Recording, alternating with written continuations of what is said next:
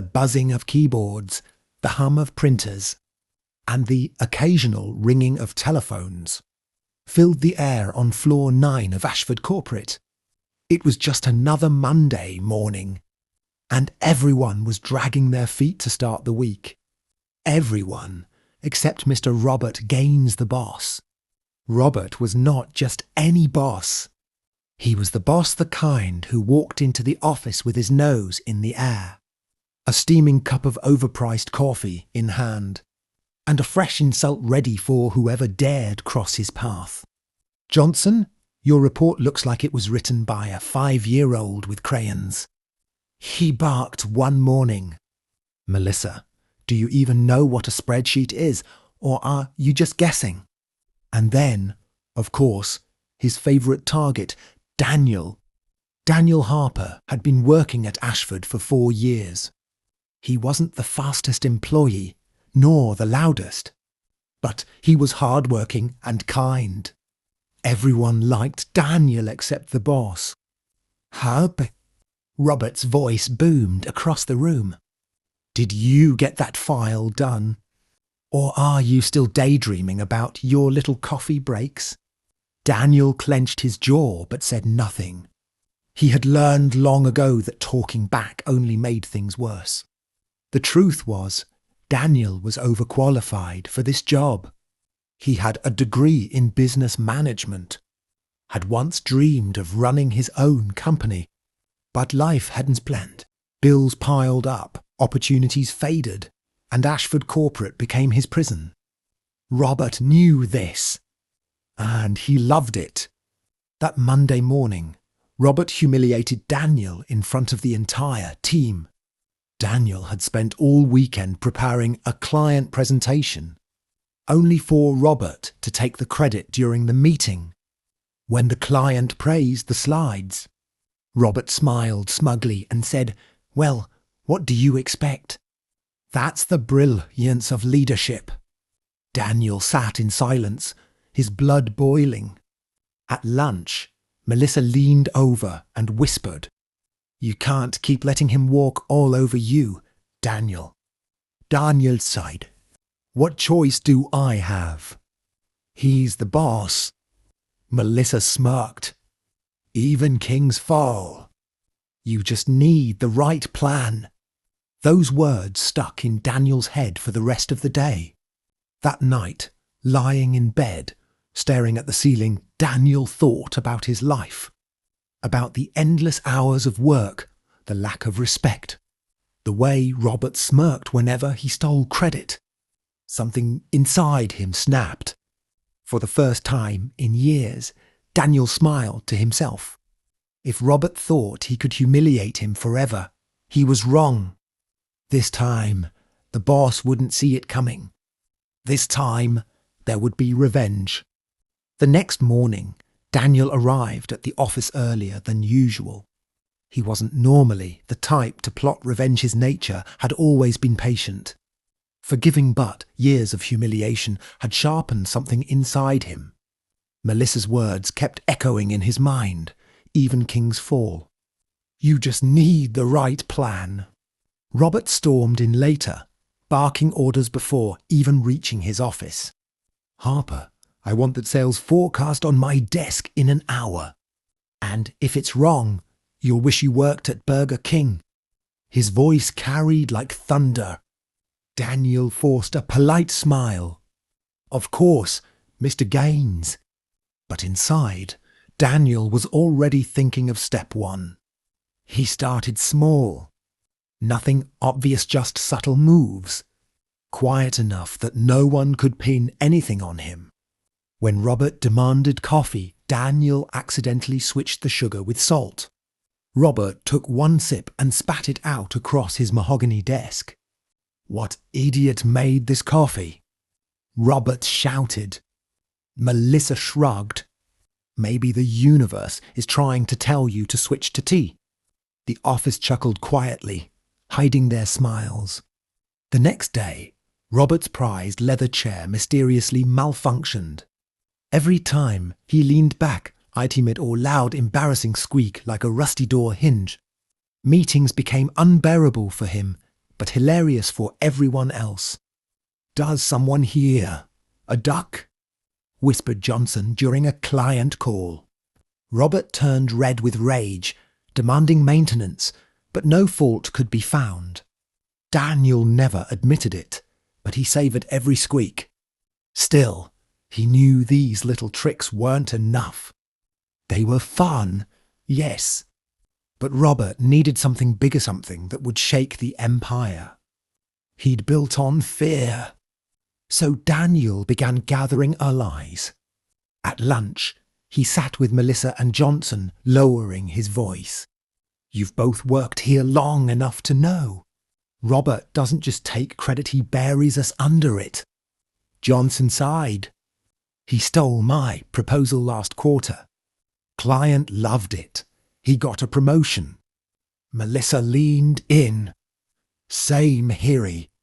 My spreadsheet became his brilliant financial model. He's untouchable because everyone's too scared." Daniel nodded slowly. "What if he were untouchable? What if we exposed him?" Johnson looked doubtful. "How?" Melissa smirked. "Now that is an interesting idea." Over the next week, Daniel quietly collected evidence. He saved emails where Robert took credit for projects. Screen-captured messages showing others had done the work. He even kept audio recordings of Robert insulting employees during meetings. But Daniel wasn't reckless. He knew timing was everything. Too early, and Robert would crush him. Too late, and he'd lose his nerve. So he waited, preparing, biding his time. Robert, oblivious, continued his reign of terror. He mocked Daniel for his boring shirts. He laughed at Melissa's presentation style. He even called Johnson a walking calculator with no brain. Each insult only added fuel to the fire. Finally, the perfect opportunity arrived.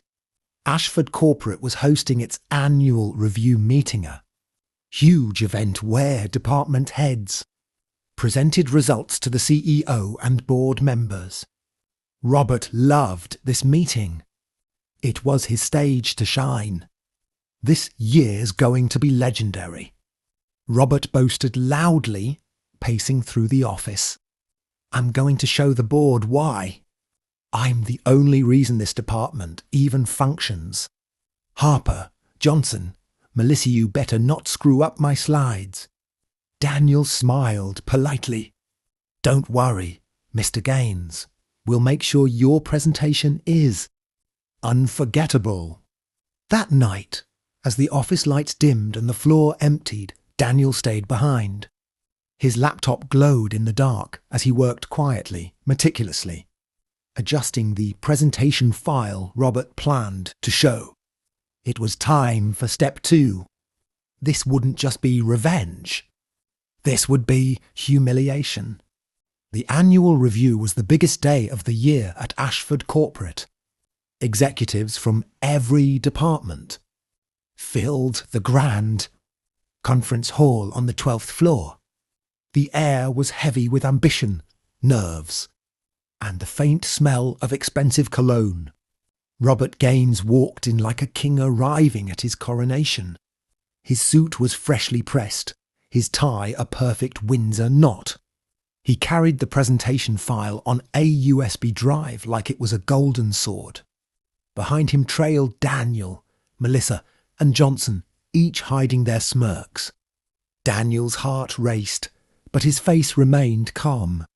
He had worked late into the night preparing a surprise. The CEO, a stern woman named Ms. Whitmore, called the meeting to order. One by one, department heads presented their numbers. Finally, it was time for floor 9. Robert stood tall at the podium, flashing his best fake smile. "Ladies and gentlemen," he began, "this year has been nothing short of extraordinary. Thanks to my leadership and vision. Allow me to walk you through the highlights of our success." He plugged in the USB, and the first slide appeared on the giant projector screen. At first, everything looked normal: charts, graphs, performance metrics. Robert straightened proudly. But then the second slide appeared. Of data, it was an email. The subject line read, Johnson's proposal draft. The body clearly showed Johnson had written the proposal. Yet Robert had forwarded it to the CEO as his own. Murmurs filled the room. Robert froze. Technical error, he muttered, fumbling with the clicker. The next slide popped up.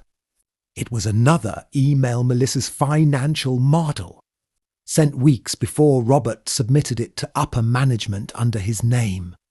The whispers grew louder. Miss Whitmore's eyebrow arched. Daniel sat quietly in the audience, trying not to smile too wide. Robert clicked frantically. But each slide revealed another stolen idea, another insult, another piece of evidence.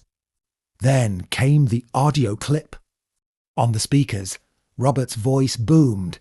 "Melissa, do you even know what a spreadsheet is? Johnson, you're a calculator with no brain. Harper, you're lucky I don't fire you and hire a monkey." Gasps filled the hall. Some executives covered their mouths. Others shook their heads in disgust. Robert's face turned crimson. This is sabotage," he shouted, pointing at the projector. "Someone tampered with my file." Miss Whitmore's icy voice cut through the chaos. "Mr. Gaines, is this your leadership style?" Robert stammered, sweat dripping down his forehead. No, of course not. This is taken out of context." But Daniel wasn't done. The final slide appeared, a side-by-side comparison of Robert's achievements and the names of the real contributors: Johnson, Melissa, half the department, and, at the very top, Daniel Harper. The room went silent. Robert's mouth opened, but no words came out. Miss Whitmore leaned forward, her voice sharp as glass. "Mr. Gaines, step into my office after this meeting, alone." The presentation ended there.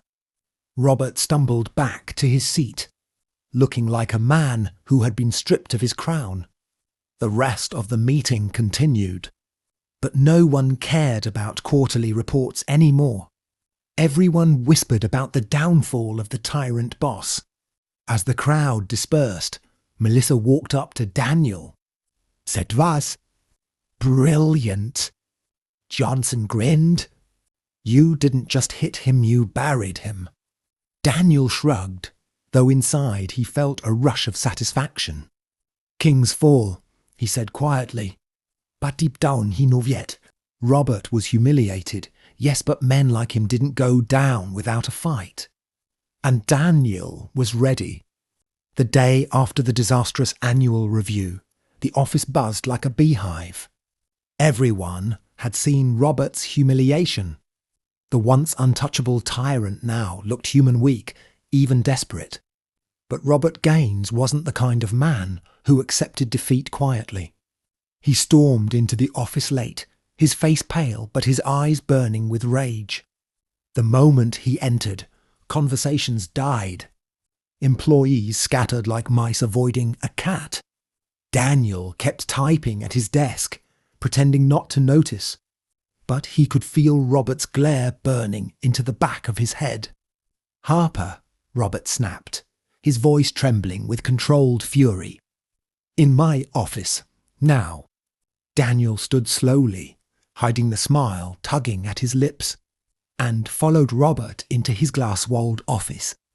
Robert slammed the door shut. "You think you're clever, don't you?" Robert hissed his face inches from Daniel's. Daniel blinked innocently. "I'm not sure what you mean, sir." Robert slammed his fist on the desk. "Don't play dumb with me. That presentation was tampered with. You think I don't know who did it? You'll regret this, Harper. I'll make sure you never work in this industry again." Daniel's voice was calm, almost a calm. "With all due respect, Mr. Gaines, maybe you should spend less time threatening your employees and more time explaining yourself too." "Miss Whitmore." Robert froze, his jaw tightening. For the first time, Daniel saw something new in him fear. Still, Robert wasn't done. That afternoon, subtle sabotage began. First, Daniel's computer mysteriously lost access to shared drives. He couldn't pull up client files, making him look incompetent.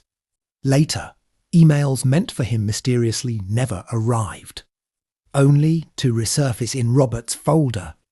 Melissa whispered to him, "He's trying to frame you." Daniel nodded. "I know. Let him try." Then came the cruelest move. During a team meeting, Robert announced, "Unfortunately, we've had performance issues in our department. Some employees have not been meeting expectations. Effective immediately. I'll be personally reviewing Daniel Harper's work before it goes out. For quality control." The room went quiet. Daniel sat stiffly, his fists clenched under the table. It was clear Robert was trying to humiliate him, to make him look weak and incompetent. But Daniel had anticipated this. That evening, after everyone left, Daniel returned to the office. He unlocked his drawer and pulled out a slim black folder. He had been compiling for weeks. Inside were hard copies of every manipulated email, every stolen project, every shred of proof of Robert's abuse of power. Robert thought he was playing a fence, but Daniel had been playing chess. 2 days later, the CEO herself called Daniel into her office. Ms. Whitmore's tone was firm but curious. "I've been hearing strange things, inconsistencies, reports that don't match up. What's going on, Harper?" Daniel took a deep breath and placed the black folder on her desk. "Ma'am, I think you'll want to see this. It's everything Robert has done against me, against the department. He's trying to cover his tracks, but the evidence speaks for itself." Ms. Whitmore flipped through the documents, her expression unreadable. When she finally looked up, her eyes were like steel. "Leave this with me. And Harper. Not a word to anyone." Daniel nodded and left, his heart pounding. For the first time, the balance of power had shifted. Robert was fighting to save himself, and Daniel was ready to deliver the final blow. The tension in Ashford Corporate reached its peak. Whispers followed Robert Gaines wherever he went. Employees avoided eye contact. Clients had begun to raise questions, and even the boardroom had grown cold toward him. But Robert was stubborn. He strutted through the halls as if nothing had changed, barking orders, slamming doors, pretending he was still the king. Deep down, though, he knew the walls were closing in. Daniel, meanwhile, remained calm. He continued his work as usual, quietly confident that his black folder of evidence, now in the hands of Ms. Whitmore, would seal Robert's fate. The final showdown came on a Friday afternoon. The entire staff of Floor 9 was called into the large conference room. At the front stood Ms. Whitmore herself, a rare sight on their floor. Robert sat stiffly beside her, sweat beading on his forehead. "Ladies and gentlemen," Ms. Whitmore began, her voice sharp. "Recent events have raised serious concerns about the leadership of this department. I have conducted a thorough review of Mr. Gaines' practices. The room went silent. Robert forced a smile. "Thank you, Miss Whitmore. I'm sure everyone will be relieved to hear that these baseless rumours have been put to rest." But Miss Whitmore's expression didn't change. She pulled out the black folder Daniel had given her and placed it on the table for all to see. "These are not rumours," she said. "These are documented facts. Mr. Gaines has repeatedly taken credit for his employees' work, sabotaged their efforts, and fostered a toxic environment. This is not leadership, it is exploitation." Gasps rippled through the room. Melissa exchanged a quick glance with Daniel, her lips twitching in a suppressed smile. Robert shot to his feet, his voice desperate. "This is slander. Lies. You can't trust those files. Harper must have forged them." Miss Whitmore raised a hand, silencing him. "Enough. The board has already reviewed this evidence. Effective immediately, Robert Gaines is terminated from Ashford Corporate." The room exploded in whispers. Robert's face drained of colour. He stammered, looking around as if searching for an ally. But no one moved. The employees he had insulted, mocked, and abused for years now stared at him with quiet satisfaction. Security entered. Robert tried to protest, shouting, "You'll regret this. All of you." But his voice cracked, and his words carried no weight. The once mighty tyrant was escorted out, his reign finally over. When the door shut behind him, the room erupted into applause. Miss Whitmore allowed the noise for a moment before raising her hand. "Order. This department needs stability. Effective today. Daniel Harper will serve as acting manager until we finalise a permanent replacement." Daniel blinked, stunned. "Ma'am, She cut him off with a rare smile. "You've proven your integrity, Harper. Don't let me regret this." The room clapped again, louder this time. Melissa leaned over and whispered, "Looks like the good guy finally wins." That evening, as the office slowly emptied, Daniel sat alone at his new desk, the very one Robert had used to torment him. He looked out at the city skyline, the golden sunset reflecting on the glass towers. For years, he had endured humiliation. For years, he had swallowed his pride just to survive. But now, he had turned the tables. Melissa knocked lightly on the door. "Boss," she teased, "don't work too hard on your first day." Daniel chuckled. "Boss, that's going to take some getting used to." She smiled. "You earned it, Daniel." Robert thought fear was power. "You proved him wrong."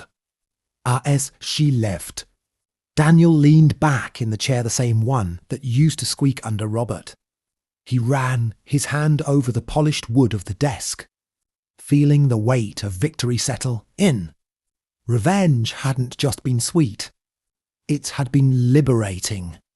And for the first time in years, Daniel Harper felt truly free.